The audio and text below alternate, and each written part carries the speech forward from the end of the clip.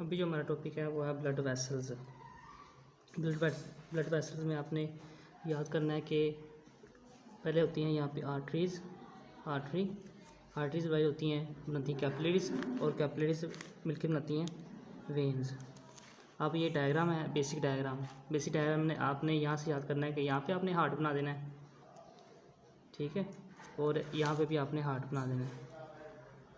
अब यहाँ से पता चल जाएगा कि आर्टरीज ब्लड को अवे लेके जाती हैं हार्ट से, और वेन्स टुवर्ड्स द हार्ट लेके जाती हैं, ठीक है। हार्ट यहाँ पे बना दिया, यहाँ पे भी बना दिया, आर्टरीज अवे लेके जाती हैं और वेन्स वापस लेके आती हैं ब्लड को।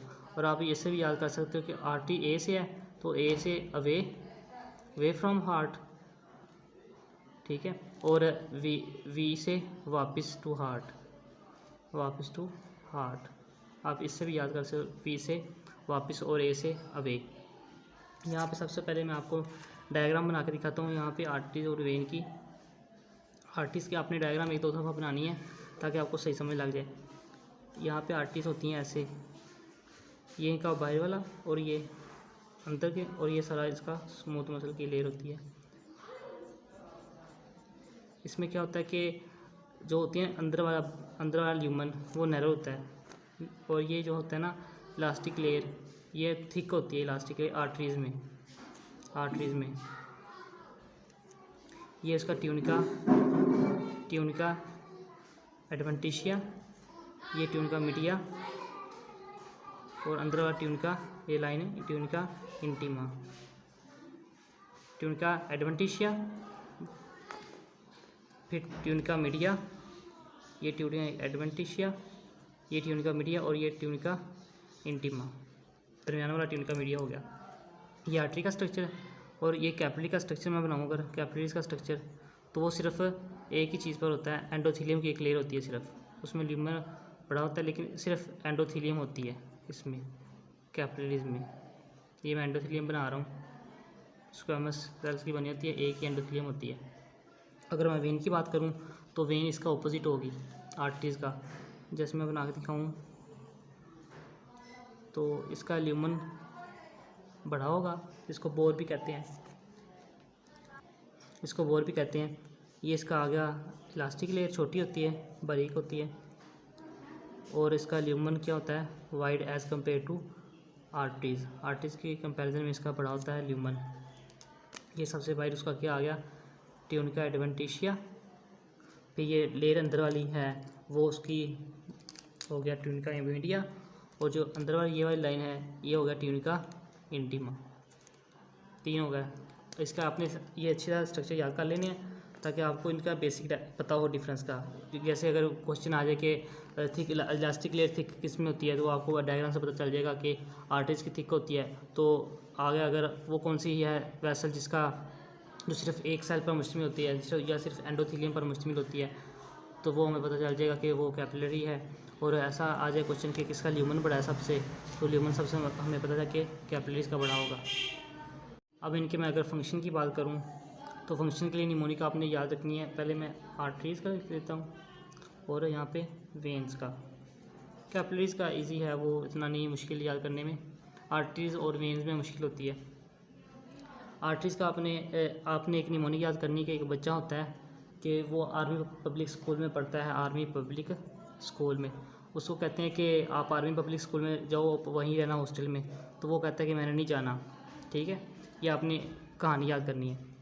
वो कहता है ही यानी कि बॉय से कहता है नो APS, ही नो कहता है नो APS, वो कहता है कि मैंने APS में नहीं जाना, आर्मी पब्लिक स्कूल में नहीं जाना। ही नो APS, ही कहता है कि नो APS, और वो जाता है अपने कमरे में चला जाता है, और कमरे में जाके उनके ना पास से डेल का टीवी होता है तो वो चला के ना वो देखने लग जाता है। तो यहाँ पे याद करेंगे डेल टीवी, ठीक है। ये हमारे पास आर्टरीज के फंक्शन हो जाएंगे और ये वेन्स के। अब मैं आपको बताता हूँ H से हाई ब्लड प्रेशर, नो से N से हमारे पास नो एक्सचेंज आएगा, कोई चीज़ एक्सचेंज नहीं होती, आर्टरीज कोई चीज़ एक्सचेंज नहीं करती है, उनका ब्लड प्रेशर ज़्यादा होता है। O से ऑक्सीजनेटेड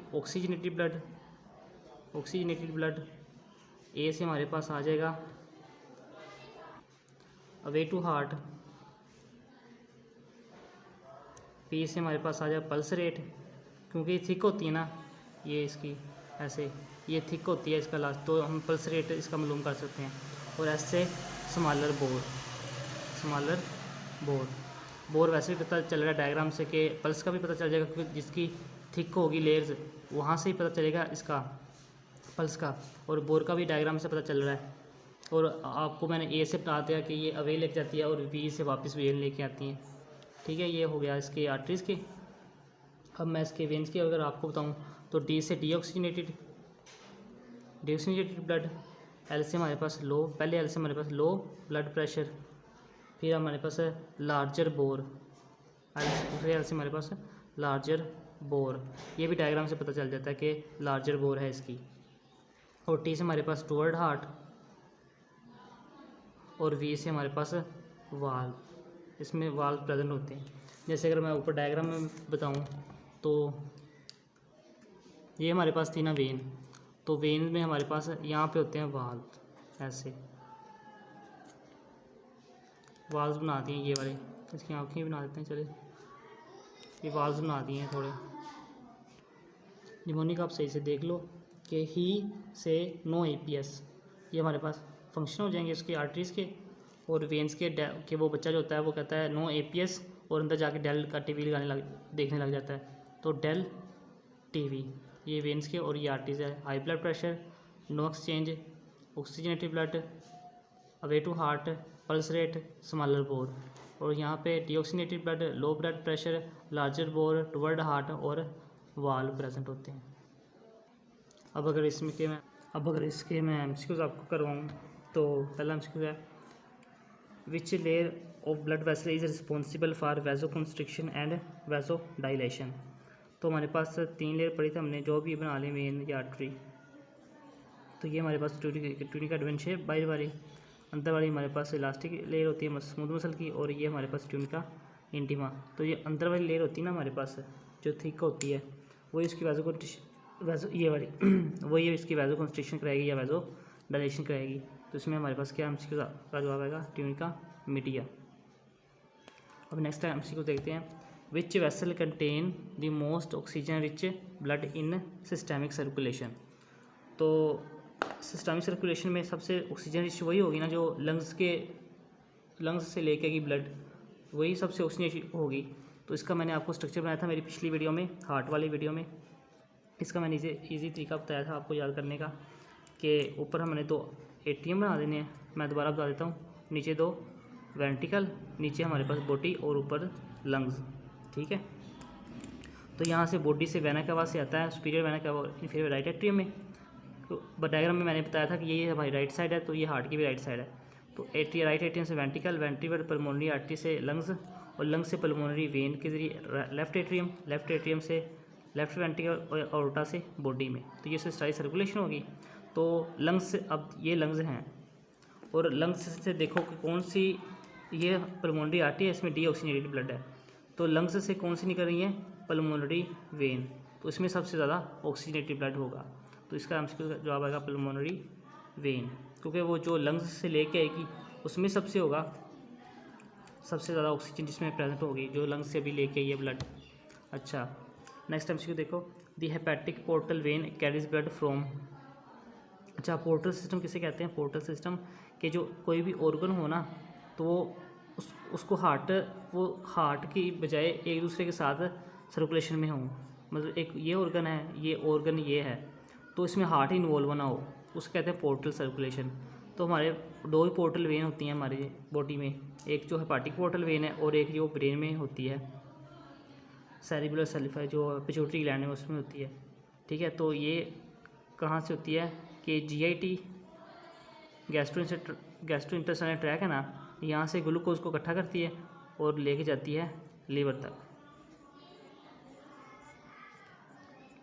ठीक है, ये लीवर से नहीं जाती, गैस्ट्रोइंटेस्टाइनल ट्रैक से GIT से जाती है लीवर में, ताकि ग्लूकोज जो अब्जॉर्ब होना है वो स्टोर हो जाए ग्लाइकोजन की स्टोर फॉर्म में लीवर में। तो ये इसका क्या आंसर बनेगा, GIT टू लीवर। अच्छा, which of following vessel has highest blood pressure. अब देखो यही वही क्वेश्चन आ गया। अब तो इसकी मैं डायग्राम बनाऊँ अगर, जो पीछे वाली मैंने बनाई थी हार्ट की, ऊपर तो एट्रियम, नीचे वेंट्रिकल, नीचे बॉडी और ऊपर लंग्स। ठीक है, तो कहाँ से बॉडी से स्टार्ट करते हैं, बॉडी से ऊपर जाएगा एट्रियम, एट्रियम से वेंट्रिकल, राइट वेंट्रिकल, फिर पल्मोनरी आर्टरी से लंग में, लंग से पल्मोनरी वेन के जरिए लेफ्ट एट्रियम, फिर लेफ्ट वेंट्रिकल, फिर आयोर्टा से बॉडी में। अब ब्लड प्रेशर किस में ज़्यादा होगा, जो अभी वेंट्रिकल से निकला है सबसे ज़्यादा प्रेशर उसमें ही होगा ना। तो यहाँ से वेंट्रिकल, ये है लेफ्ट वेंट्रिकल, लेफ्ट वेंट्रिकल से क्या निकल रहा है, आयोर्टा। ठीक है, तो आयोर्टा के पास हाईएस्ट ब्लड प्रेशर होगा, इसमें ये वाला शुरू बनता है आयोर्टा। और नेक्स्ट एनर्जी को देखो, which type of blood vessel is known for having a large lumen relative to its wall thickness. तो ये तो हमने देखा हुआ है कि डायग्राम इसकी बनाई हुई है मैंने, कि जो कैपिलरीज होती हैं वो तो सिर्फ एंडोथेलियम की बनी होती हैं, जो वेन्स होती हैं उनका ल्यूमन ज़्यादा होता है, और जो आर्टरीज होती हैं उनका ल्यूमन क्या होता है, छोटा या बोर छोटी होती है। ठीक है, तो ये इसमें वेन्स कौन सी है, इसमें वेन्स ये वाली है, इसका ल्यूमन क्या होता है, लार्ज, और लार्ज ल्यूमन में क्या होता है, वो प्रेजेंट होता है वाल्व।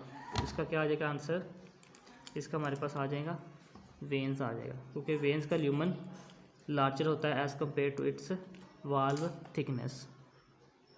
मैंने इसका तकरीबन चैप्टर मैंने करवा दिया है। अब कोशिश करूँगा कि 1-2 दिन तक इसके जितने भी MCQs बनते हैं ना, इसके जितने भी MCQs बनते हैं ये वाले मुश्किल या जो भी हैं, वो कोशिश करूँगा एक वीडियो में आपको मैं कंपोज कर दूँ।